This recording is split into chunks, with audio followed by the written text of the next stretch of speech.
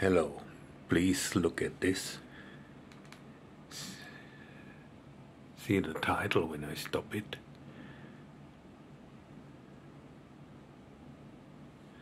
I looked for Heng clips, shorts on YouTube that I saw on my mobile, and I wanted to show some of them to you and analyze them and talk about this guy who has become very popular on YouTube.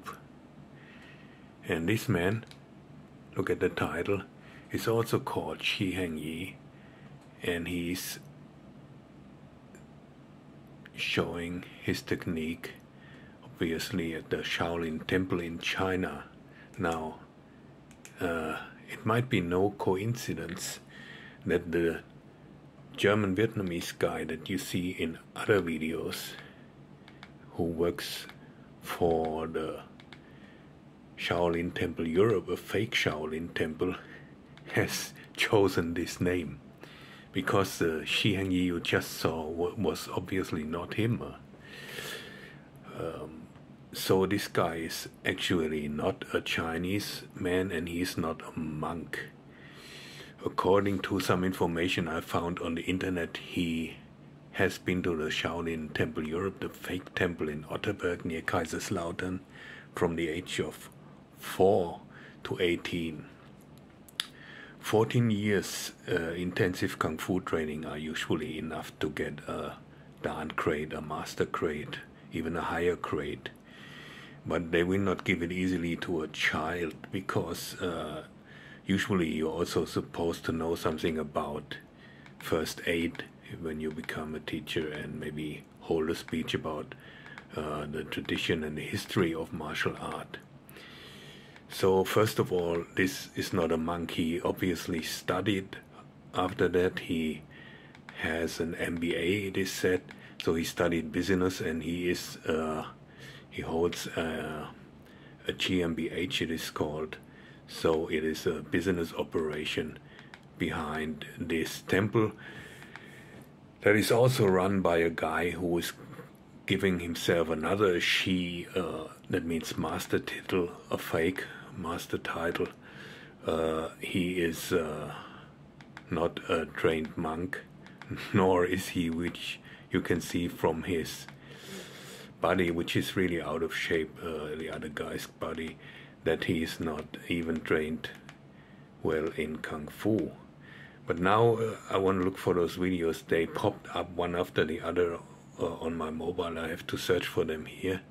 Let's start with this one. You see a typical thing that impresses the amateur. And Jesse Enkamp, a guy who also was fooled by him, whom you see here, I talked about him before. I have to give him credit for going on the street and showing breaking tests with a bare hand, like they do in karate, and some have them in their curriculum even, with normal people from the street, and almost all succeeded, some even with, or let's say on a higher level. That is a thing I said decades ago, and there was a huge discussion afterwards in the internet, in a special forum, where I said I could train someone to succeed in a breaking test within half an hour. And those breaking tests are a little bit more difficult, because first of all you have to get your leg up like this, no? So that needs some muscle. But if you have the muscle, and you know how to get some tension in your body, and you don't have a loss of calcium and fragile bones, you can also succeed in those tests more easily than you think. So now we look for his technique, because I just told you this is not a Buddhist monk now, but he has a lot of wisdom videos on YouTube, which seem to show that he is. But he makes some remarks that tell you that he is not even rooted in Chan Buddhism. For example, he said that The Shaolin tradition is made of Taoism, Confucianism, and Chan or Zen. But actually the Confucianism doesn't play a big role there. This is a book wisdom.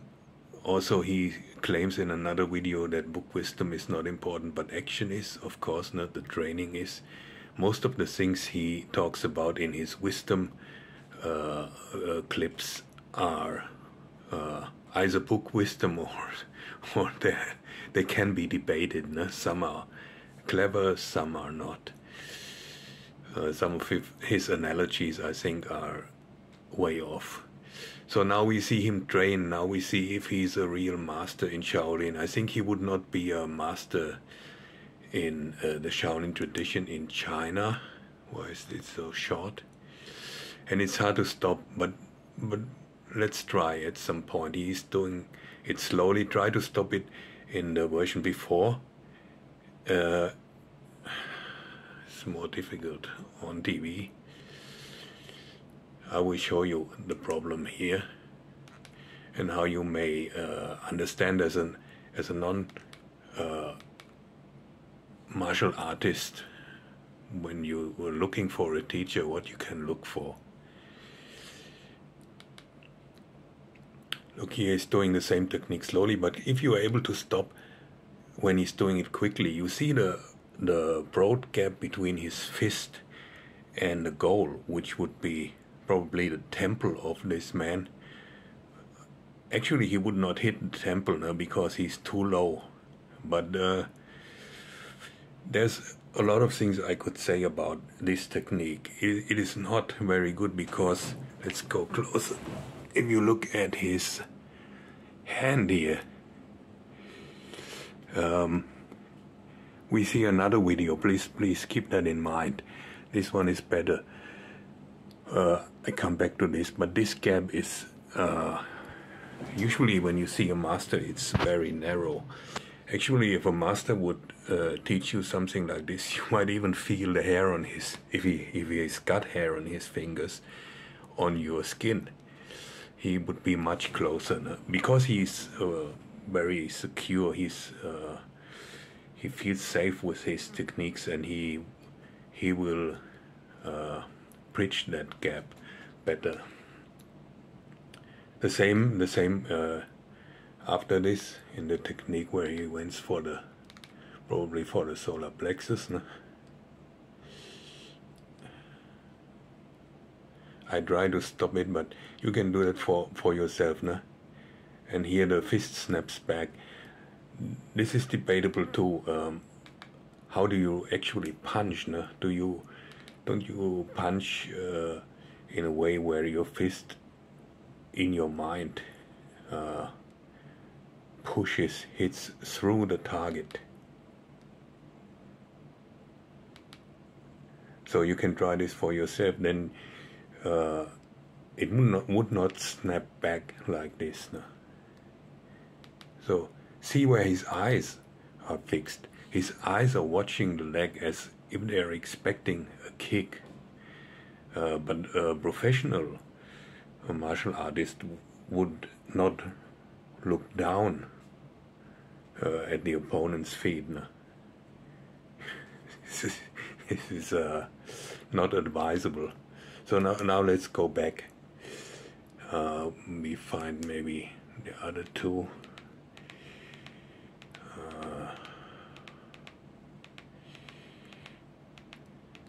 If you don't believe me, just show the videos to some experienced or well-known martial artist teacher in your area before you move to Otterberg and believe they have something special to tell you.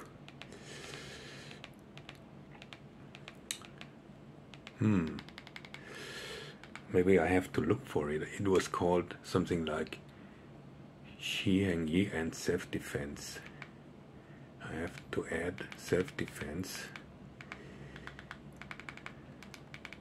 I hope you're still here. I'm not a guy who cuts his videos professionally. I'm doing this almost always in an improvisational manner. self-defense. Now, how was it written, with an S or with a C? Let's look for it. Oh yeah, here we have it. Here we have the technique that we had before. Let's see. No, this is a different one. Sorry. Look, once again, what is he doing here? What is he doing here? Okay, you're grabbed from behind. This is not really a dangerous grab, but what is he doing here with his hand? Is that supposed to be a slap in the face or what? And then he's making the chopping hand, no? But it comes too late because he's already at his face. What's he doing? Just pushing him away. You know, he lost the chance to hit him hard, you know, with the first technique. What is he doing? Lifting up his chin. What is he doing? Now he's going for his throat with the second technique. A little bit strange too. A little bit too complicated. Where have I seen the other one? In another video I had seen this one. Actually, let's see how he controls the arm. Maybe it's in this one too. You have to look closely how he controls the arm of the opponent. Look, yes, you can see it here, yes. It's so difficult to stop it. I stop it with my, you know, I have a Kindle Fire remote and it's old. I've just ordered a new one. Yeah, now you see it. Now you see it, okay? Now you see it. The hand is, it may be just right here, but it slips up. Do it in slow motion yourself. I can hardly hold my mobile. If in another video you see it more clearly, his hand is on the upper arm of the opponent. If he does it like this, I'm sorry I don't have this video now here. You find it easily if you look for shorts and his name on YouTube with a mobile. No? They show it below the first 2 or 3 videos. The opponent is still able to bend his elbow, right? And because the opponent will do something too, he can defend. He can actually defend with this arm, like this. I have to go back now, like this, or in a more kung fu style, in the crane or praying mantis style, like this. So you have to control the arm, the lower part of the arm or the elbow, which he seems to do here. But you will see if you watch, if you stop at another point, that he's not taking care really of this control point.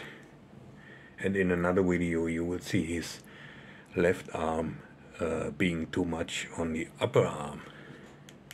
So I think I could do this with a couple of other videos, but I wanted to see his technique. So after it was clear that he's not a monk and is giving himself a fake name like all those guys in that fake Shaolin temple, I wondered if his technique is really so good, but it isn't.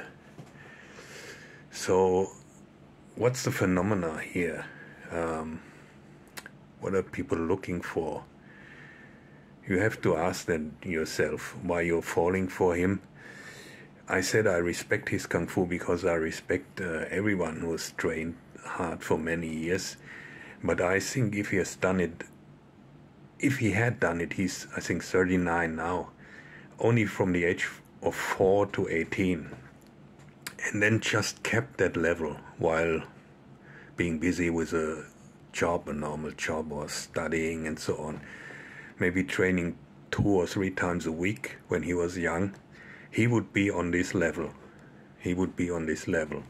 Okay, he would be on a teacher's level, but a pretty common level, I would say, after 14 years. And then he would train maybe only once a week to stay there, more or less, no? And get more involved probably in the spiritual side and read some texts and then making up his own stuff, because he obviously doesn't only want to teach the martial arts, as he claims he wants to keep up the Shaolin tradition. I don't know where he gets it from, if he's not been there. But anyway, I would suggest that you just compare it to someone who's not claiming to be a Shaolin monk, who's just has credentials as a martial arts teacher and who is not, who doesn't seem to be the wise guy so much. And then you compare the style and the effectivity and the talent of those teachers before you go there and pay a lot of money, because they're not really cheap over there, because they claim to give you something special. So how do I know that he's not experienced in Chan? Okay, I have exposed a lot of fake Chan teachers, for those who don't know me, in my blog over the years. And I've participated, I think, in the partly downfall of one. Unfortunately, he was also Vietnamese, but don't think that I have anything against him. Actually, I could imagine living in Vietnam, especially in northern Vietnam, because I'm fond of the Vietnamese people and the Vietnamese countryside especially. But you know, from the Vietnamese community, it was said that a lot of the Buddhist teachers are installed by the Communist Party, actually, and trained by the Communist Party. And if you look closely, you might find some hints for that. So they have influence on the Vietnamese community outside Vietnam. I wouldn't go so far to put him in that basket, but there's a lot of strange things going on in the Chan area. And if you claim to be a Shaolin, please remember there was once in the 80s when they sent back former monks to the Shaolin temple, which was of course half destroyed and closed by the communists before. And they started to make a business there. They really found some old Shaolin, and one of them said, I think it was in the German magazine Spiegel, that it was a shame to be a Shaolin monk and not knowing Kung Fu. So some people misunderstand that the Kung Fu is more important, but you have to think again. What he said was, first, you are a monk, you are a Buddhist monk in the Chan tradition. I won't say that the Shaolin temple is very well known for its Chan masters, right? But then you, especially as a Chan monk in the Shaolin, you had to learn Kung Fu. Nowadays there are the show monks. I would say Heng is more in the tradition of the show monks, but he wants to be something else. Like a coach, you know, he's mixing coaching with the tradition, and he's diluting both.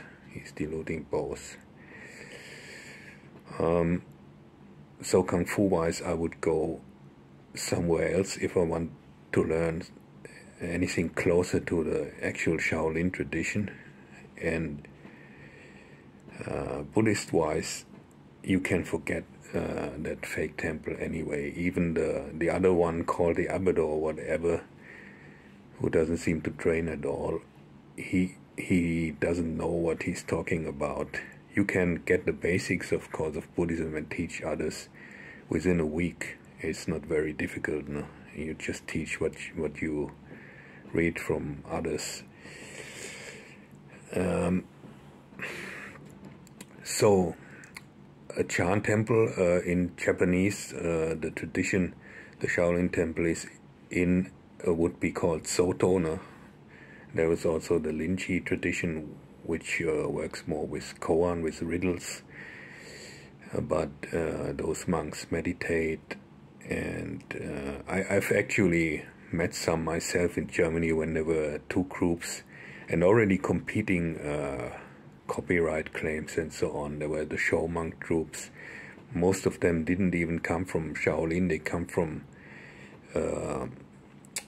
the area around the temple where you can get expertise for being a bodyguard or a show monk or something like that. And some actually came from the temple, or they were even mixed.